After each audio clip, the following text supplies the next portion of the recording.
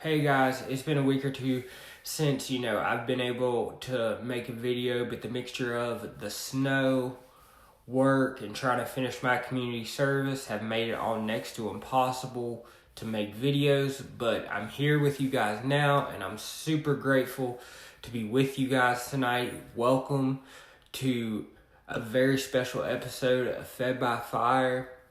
It's a podcast where we stoke the flames of the truth on the hottest issues burning through our nation.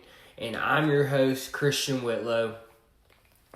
I'm coming to you from VA, where the Blue Ridge Mountains remind us of America's enduring spirit, but also its fractures. So today we're going to be diving deep into the Ice Out protests, that are raging from Minneapolis to Los Angeles and beyond.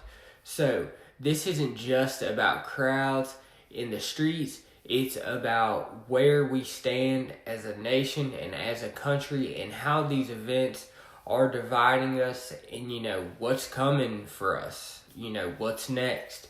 But before we ignite this discussion, I just want to set the record straight for y'all, about my perspective.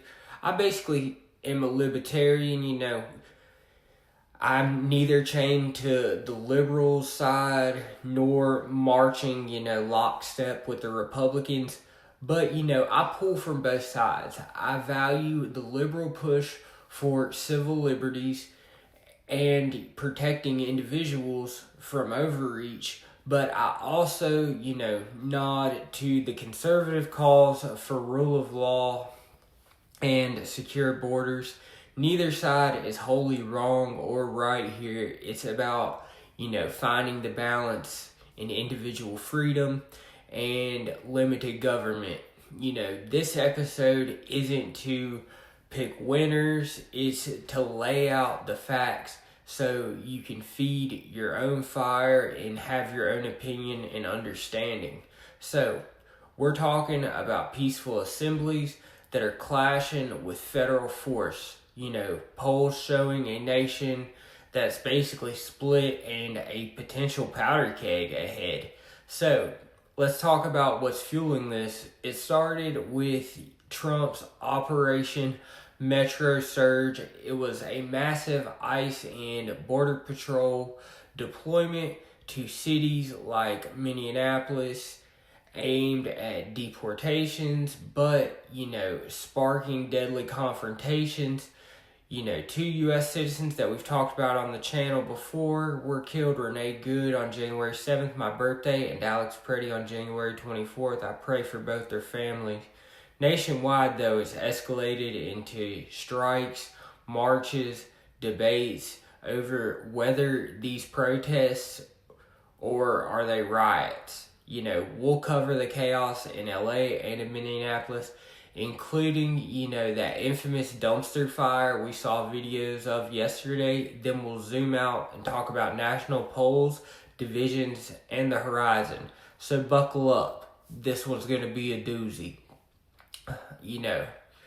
But I'm hyped to be here with you guys. Thank you guys for watching. I appreciate all the support and all the love.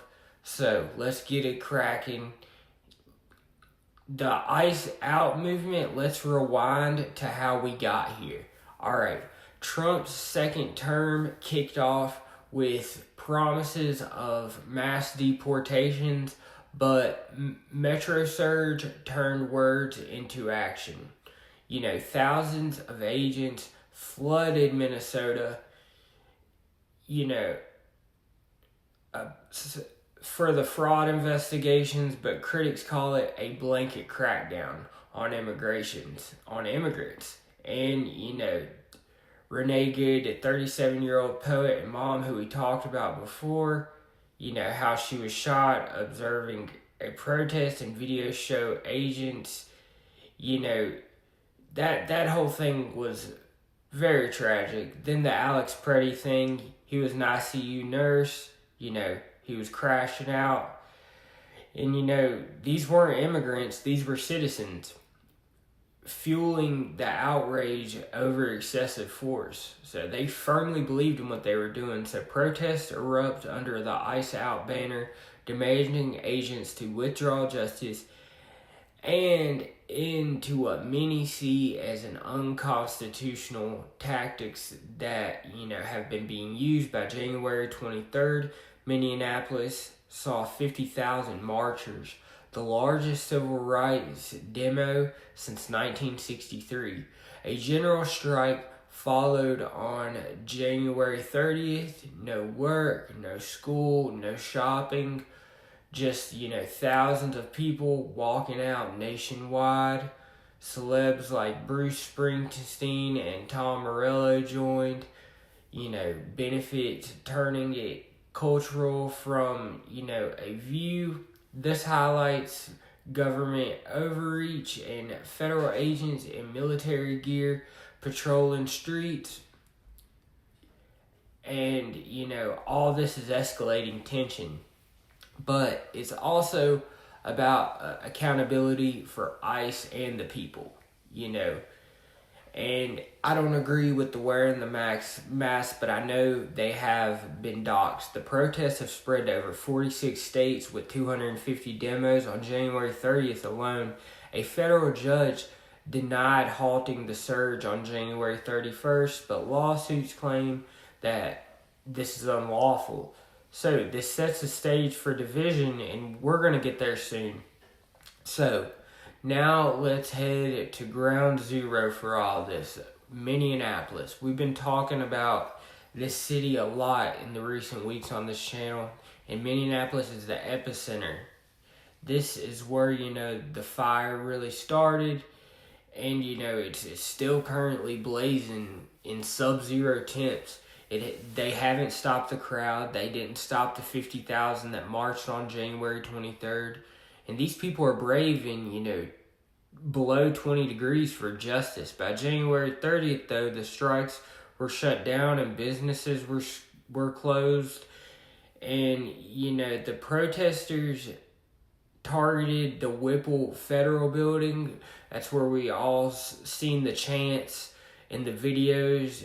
And the reports showed there was tear gas and classes, some harassed folks mistaken for agents, just wearing camo.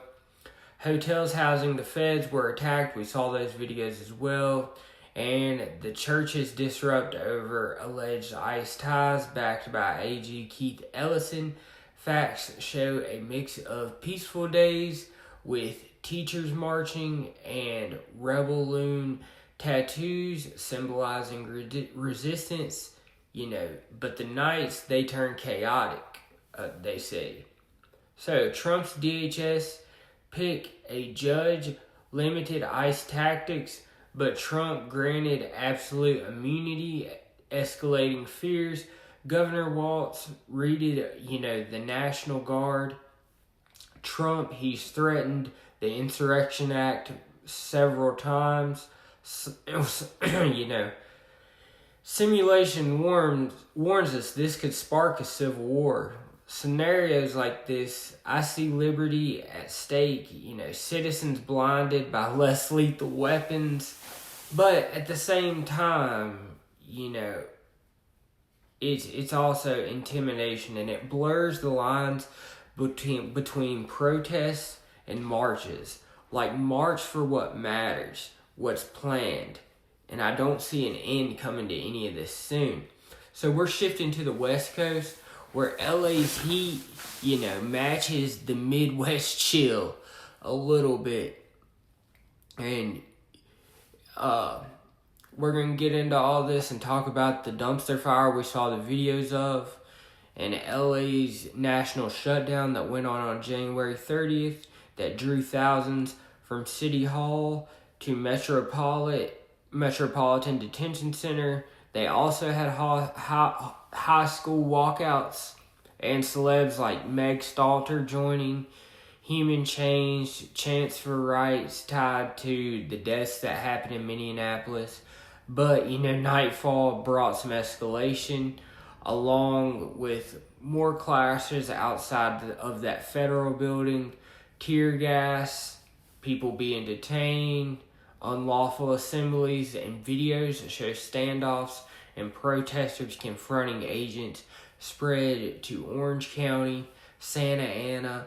Spotlight on the dumpster fire that, happened on late January 30th. A group pushed a construction dumpster to the detention center's dock and graffitied "fuck ICE" and set it ablaze. And firefighters confronted, they backed off until LAPD escorted them, and agents used pepper balls and tear gas, and a symbolic blockade. But, that all endangered lives. For what? Passion against overreach is valid, but blocking emergencies violates other rights. Videos are circulating that show the flames. Check them for context. And you see the banners. LA's mix of anger and violence, it blurs the lines between protesting and rioting, but it's their city. So where does America stand amid the blaze? Let's just talk about that. Where exactly do we stand as a country? The polls and the facts. So factually, America's divided but tilting against ICE tactics. And Trump's immigration approval hit a record low, 39% approved and 53% disapproved. So 58% say the crackdown's gone way too far. And that's just a couple of the polls that we've seen. And 61% say that ICE is handling tactics way too far, including 70 independents, 20% Republicans. And, all these different polls have basically said the same thing, that ICE is just going a little too far with their tactics. And, I have confidence, though, because I'm a very hopeful, optimistic person. And I just want to see, us all be united and be a country. Because in my lifetime, we've always been fighting over something. And, I don't know if burning a city down is going to make the change, like burning down the Nike store and the Gucci store. I don't know how that exactly is going to change the mind of a senator or change a law or, do anything about the immigration, because as we've come to find out, this is the government. They're going to do what they want to do. And we saw in his first term, I support Trump, but I don't support everything he does, and it's not fair, because if I can honestly say, if I was an immigrant, and that was my only chance out of a shithole, war-torn country, you damn right I'd take that chance. But, I can see how it does make a problem for a people that are doing things the right way. And, I just hope we see reform in all this and we meet somewhere in between. But, this divide runs a lot deeper. And we're going to get into that a little bit. We're going to talk about just a little bit of how this divides us. These protests, they're basically fracturing America and, distracting us from what really matters. And, the right views protesters chaotic, and, everybody's got a different opinion, and we can't trust the mainstream media. So shout out to all our independent journalists out there. Shout out to Cam Higby for finding out Signalgate. That shit was G. But, I just see what's happening. What's going to happen is eventually they're going to have to call in the Insurrection Act. We're going to, we're going to be marching to change rights, but it's going to be a hard thing to come. But I pray for all you guys that are out there trying to make the change. I'm all for protest. I'm just not for rioting, there's no winners in division. But, so, what's next? I want you guys to tell me in the comments. I want you guys to tell me what's next for us. February looks hotter. Over 300 ice out everywhere protests this weekend across all 50 states. Vigils, marches, trainings. Chicago organizing meetings. February 15th, Portland's Labor Against Ice. Ongoing 5501 plans to impeach Trump lobbying.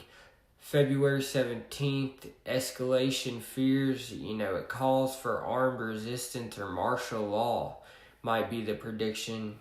And a long summer of unrest and, it's just going to be, I'm really, really curious to see what happens with everything going on in Minneapolis with Tim Walz, and I hope they do an audit on the whole state and find out about that fraud. Shout out to Nick Shirley for finding all that out.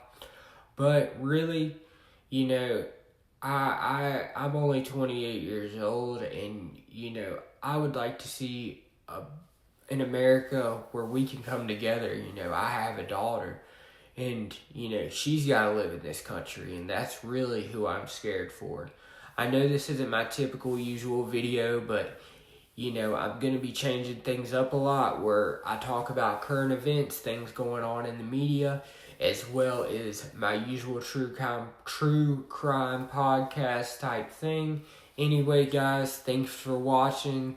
I love you guys. Peace.